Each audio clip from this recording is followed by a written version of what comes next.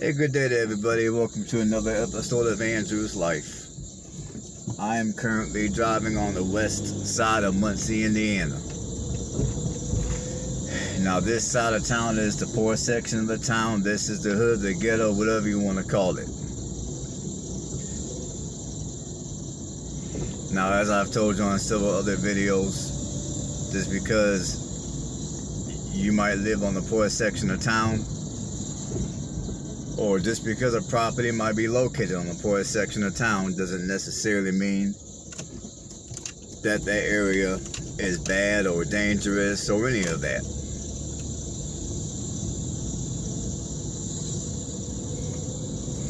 I mean, now granted, the majority of the crime that goes on here in Muncie, Indiana is going to go on around here. Now, whenever you hear about a homicide or a stabbing, or you hear about something serious like that going on, I know it's probably easier said than done, but don't freak out. Because one thing to realize about the majority of homicides that go on in cities like this one is 9 times out of 10, the suspect knew the victim.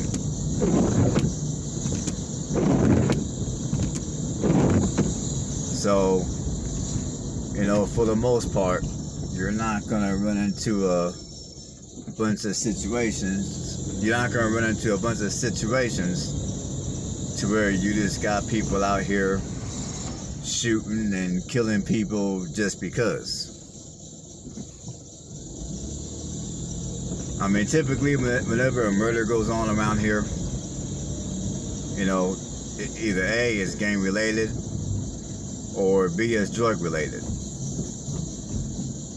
I mean, in most of your smaller cities, that's typically going to be the case whenever you hear about a murder, or you hear about some kind of a stabbing.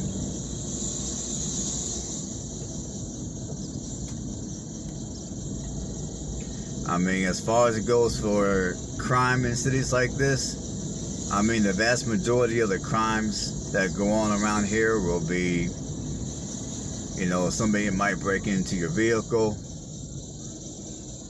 or somebody might steal something off your yard, or if a house has been vacant and unattended for a real long time, somebody might go and maybe strip the gutters off of it. If the gutters are still, they might go inside and take out the plumbing if it's galvanized.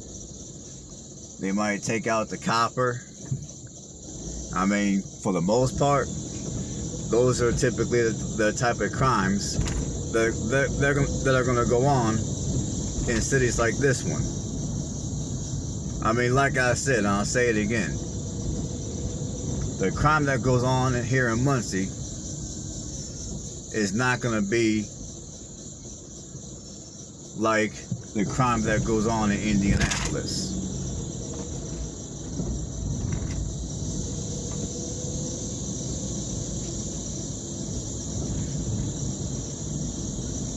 Or in Chicago, or in any other bigger city.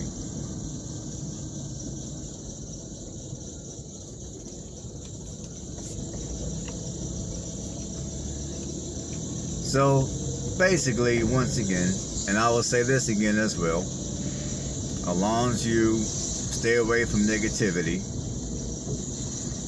and you mind the people who you keep in your presence. If you come into a city like this one, and you move into a neighborhood like the neighborhood I'm currently driving through, 9 times out of 10, you will be perfectly safe. You will be perfectly okay. Nothing bad is going to happen to you. I mean, there's not going to be a bunch of people out here just shooting guns at people just randomly. like a bunch of lunatics. I mean, I had a commenter on one of my videos I made of Richmond, Indiana. If I'm not mistaken, I think it was the video I made about the north side of Richmond, Indiana. I had a commenter that I don't know if she's going to move to Richmond or if she's currently in Richmond, but apparently there was something I said on that video that made her nervous. I think when I was talking about the realities of every city the size of Richmond having a certain element of crime, I think that made her a little nervous. So, whoever you are, I forgot who your name is. I forgot who your name was, but whoever you are, if you're watching this particular video, listen to me very clearly. As long as you stay away from negativity, as long as you don't deal with people that are up to no good,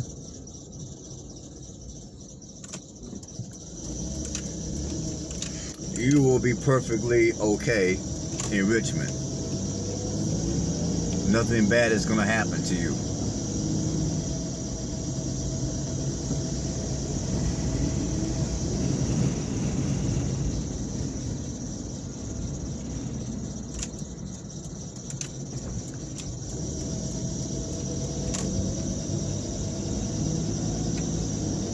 Now I know it's easier said than done, but I'm saying what I'm saying from experience. I mean, I've lived in plenty of poor neighborhoods before, both in bigger cities and in smaller cities.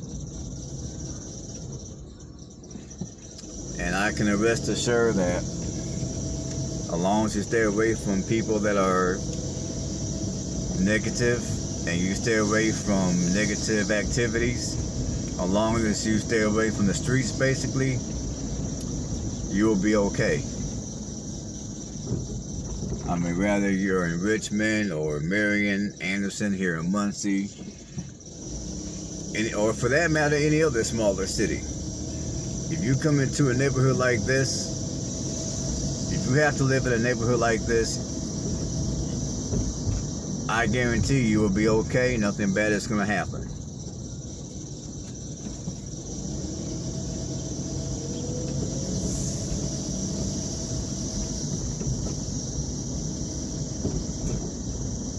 And I had another commenter that was asking me about how I felt about investing in real estate here in Muncie. Because apparently this commenter, I guess, is a real estate investor, and he was asking how I felt about people investing in real estate here in Muncie, because I guess he saw my video and he's wanting to invest in some real estate here in Muncie. Now, as you all know, we're still, this whole pandemic crap is still going on, and I would say at this point we're at the tail end of this pandemic BS. Now, as far as how I feel about investing in Muncie, whether you're here in Muncie or in Anderson, Kokomo, I don't really care where you're at. When it comes to investing in real estate, my advice to you is, number one, know the market.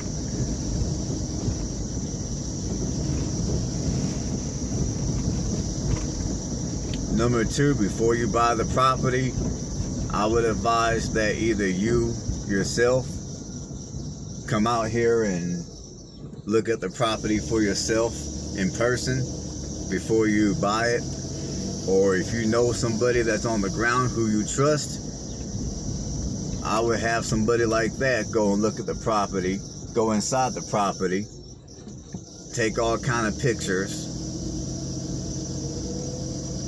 whatever questions or concerns you may have about the property, I would have that person who's on the ground try to address as many of those concerns as possible.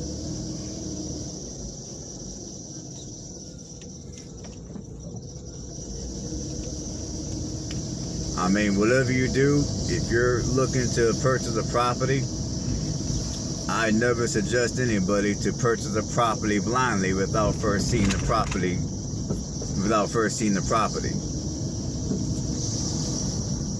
I mean, obviously, your best bet is to look at the property yourself in person. But if you can't do that, and you're really wanting to buy some property, at least have someone who's on the ground who you trust, who can go and view the property and take all kind of pictures for you, and even do a little bit of research and answer some very important questions, such as the taxes, such as possible violations the property might have.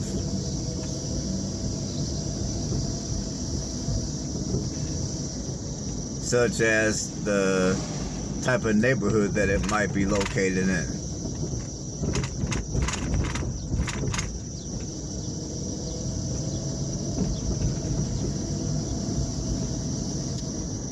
And even when you think you're ready to buy a property, I don't know if this individual is a seasoned investor or if they're new to real estate investing. I have no idea.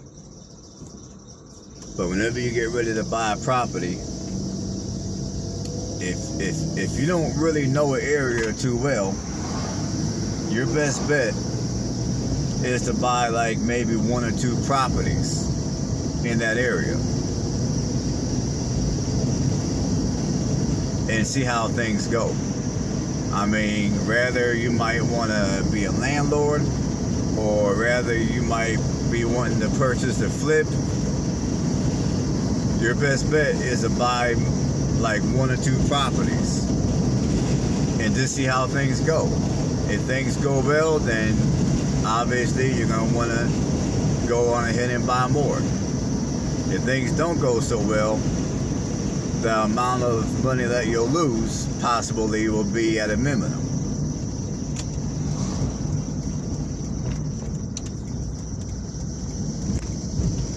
And my second piece of advice for that commenter, or for anyone for that matter that wants to invest in real estate, especially if you're new to investing in real estate, is whatever you do,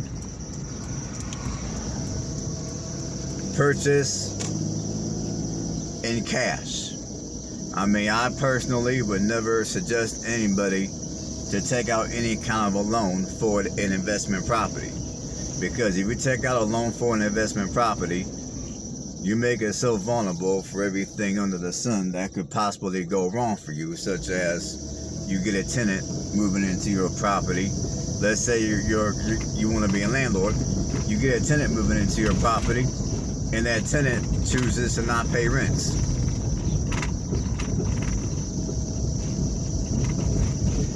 And not only do they not pay your rent, but then when it comes time to evict them, they're going to leave your property in disarray.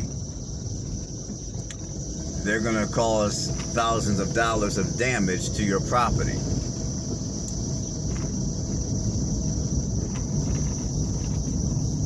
I mean, there was a lady, I was reading a story this morning about a lady who was a landlord.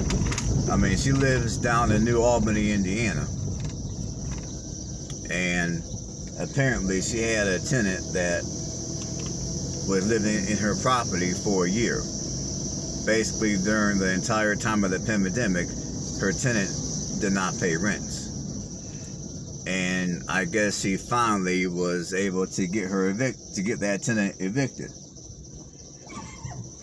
So once the tenant finally moved out, she went back to her property, and her property had over $10,000 worth of damage that she would have to repair before the house was available for rent again.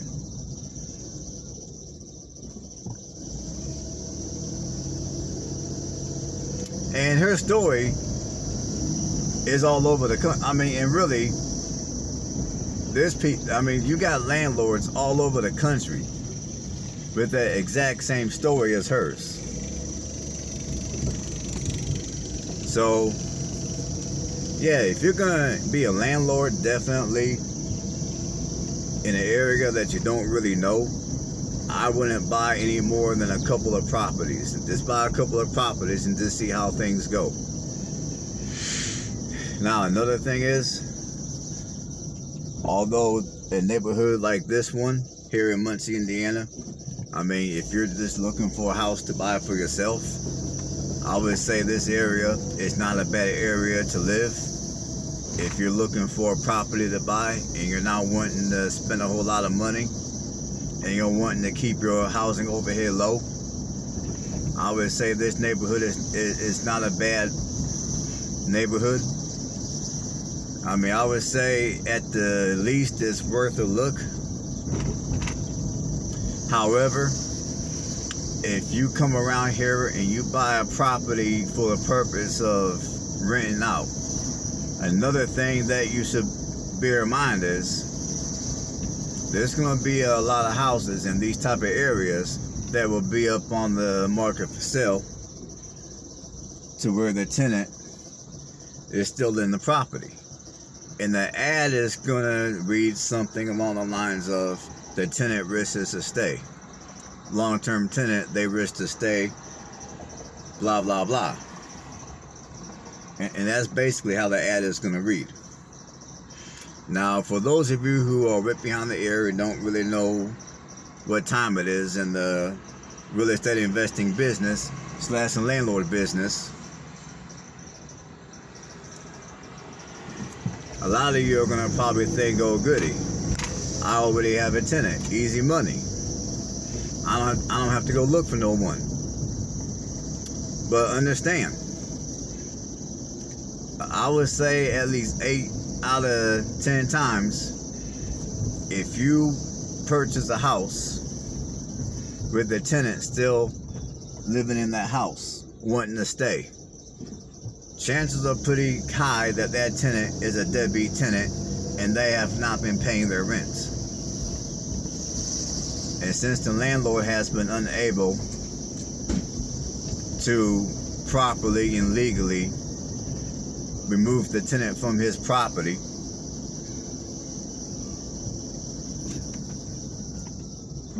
the next best thing that landlord knows to do is to simply sell the property with the tenant still living in it. That way, whoever buys a property behind him or her, it's going to be that person's issue of A, whether that tenant pays or doesn't pay, or B, it's going to be on them to go through all the legal ramifications to get that tenant out of their property.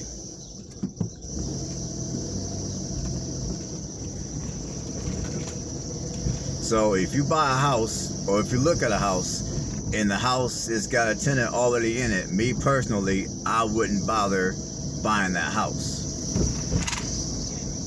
And that's the reason why that when you look at a house that has a tenant living in it, I mean, if you look at the price of that particular home, notice how the price of that particular home is going to oftentimes be lower than it would be if the tenant was not there.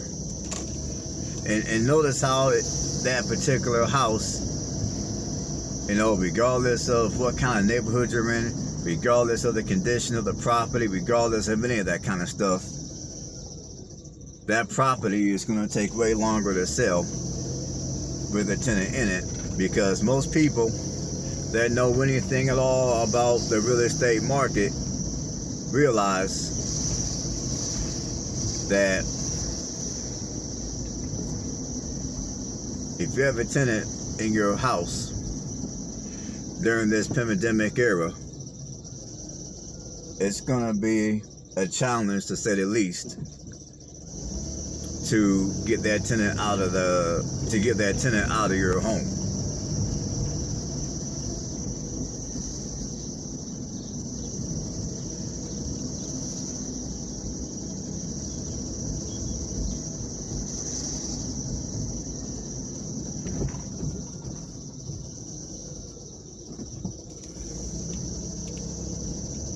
So me personally, if I saw how, if I was wanting to get into the landlord business, which I don't, but if I did, I would never buy a house that had a tenant already in it. I'd rather buy a house that was empty, and I'd go out and I'd pick and choose who I want to be my tenant.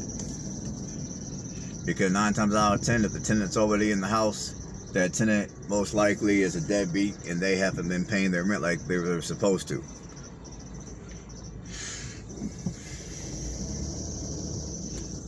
I mean, there's even landlords out here that ended up homeless themselves because of this whole pandemic mess.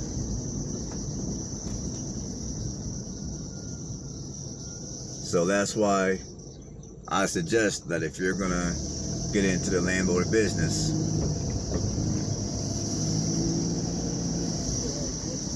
number one, whatever property or properties you choose to purchase, pay cash. And number two, if you're gonna buy in an area that you're unfamiliar with, don't buy no more than maybe a couple of properties to start. That way, if things go well, if things don't go well, the amount of money, if any, that you lose will be minimal.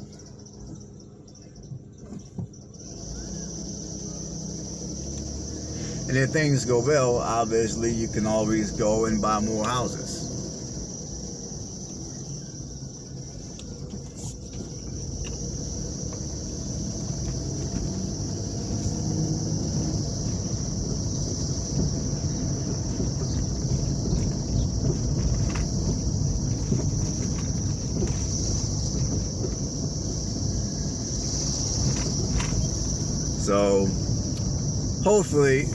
So hopefully the information that I gave on this video will help out the two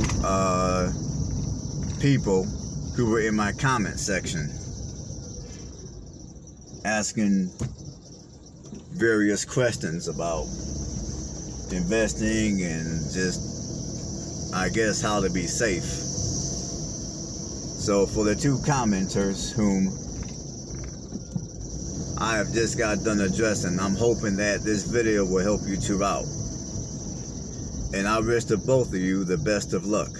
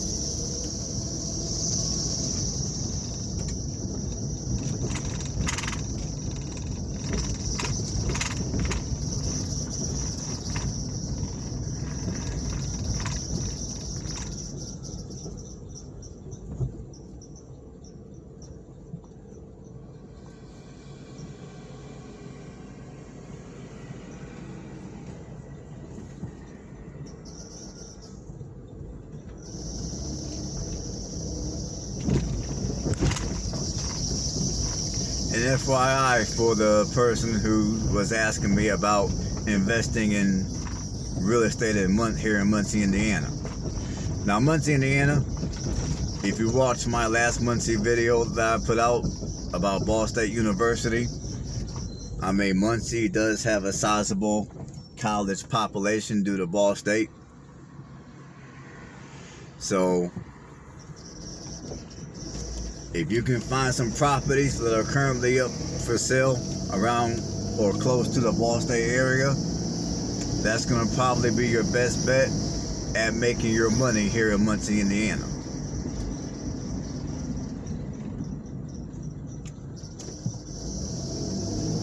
And like I just got done saying, if you want to come around here and buy a property and rent it out, you're more than welcome to.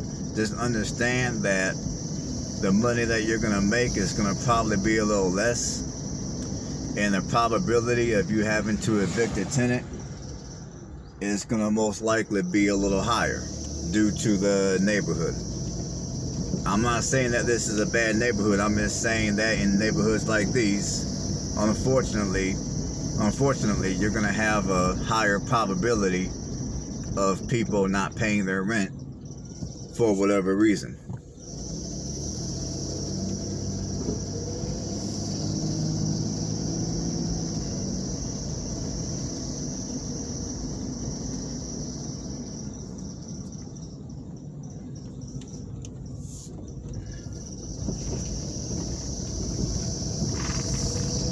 Because there's neighborhoods like this that, like I said, if you're looking for a place for yourself, you know, this area, if you're wanting to save a lot of money on housing, would not be a bad place to at least look at.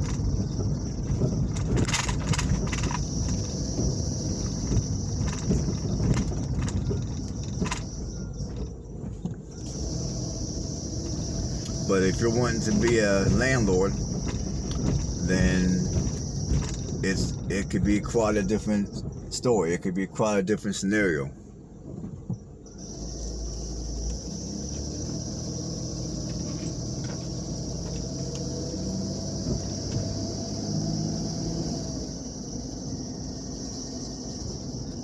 And on this particular side of Muncie, I mean, there's a pretty high number of vacant and dilapidated houses. So if you're wanting to invest in Muncie, bear that in mind as well. I mean, you know, if you go to a more affluent side of this city,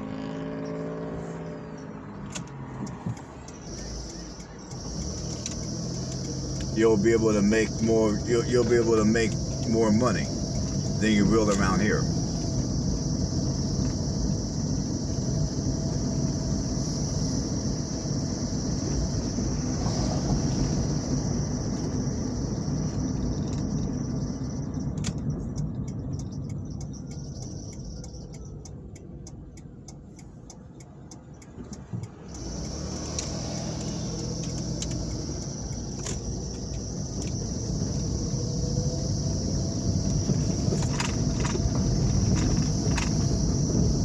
So when it comes to real estate investing, you know, it's like anything else. You get what you pay for.